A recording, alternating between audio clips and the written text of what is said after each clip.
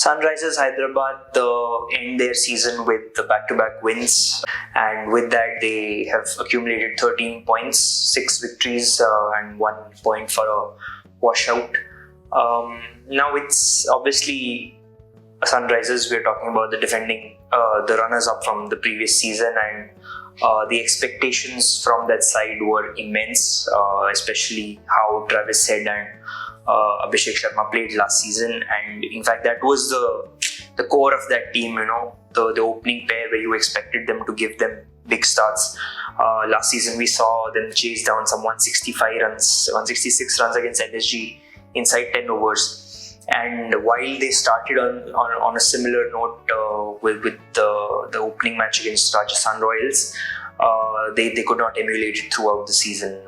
Abhishek Sharma shone through bits and pieces for brief portions of the tournament. He had obviously that 141 runs against Punjab Kings. That's the highest score in a successful run chase in IPL history, and I think that will go down as the highlight of their season. They overhauled some 245 runs in that run chase, but they could not just sustain that effort throughout the season.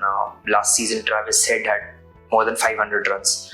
Abhishek Sharma and Klaasen were close to 500 runs, and this season the returns just plummeted.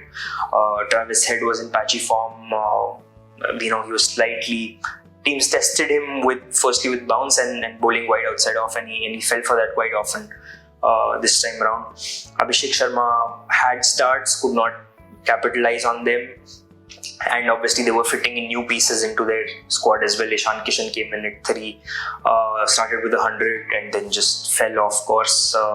There were a few new additions into the team in Aniket Verma. Nitish Kumar Reddy did not really have a very good season. He was emerging player last year and he just did not give the same yields with the bat. Now there was some talk about the pitches as well in Hyderabad and whether they were conducive for how the team wants to play, but that's a separate discussion. I don't think SRH would want to build a team that will just suit one set of conditions or just one kind of a wicket. There were some problems in the bowling. I would also say Mohammad Shami was a big buy at the auction, and he was coming off an injury, and that just showed with his performances. His stint with SRH has cost him a place in the England team, wherein people are saying his body still cannot take proper workload of international calendar, so to speak. Then they had Bhuvneshwar Kumar last season. He went to RCB. They had T. Natarajan who gave them some 14 wickets. They brought in Adam Zampa this year. They got Vanendu Hasaranga who could not really bowl, and then Vijaykanth Pyaskan came in place of him. Adam Zampa suffered a shoulder injury and then he could not just play 2 games and conceded at an economy of 11 runs and over. Apart from that, I think Zishan Ansari was a good find. Aniket Verma was a good find. They showed some semblance of a fight, and they showed that actually with some sustained support they can really develop into huge prospects for the team.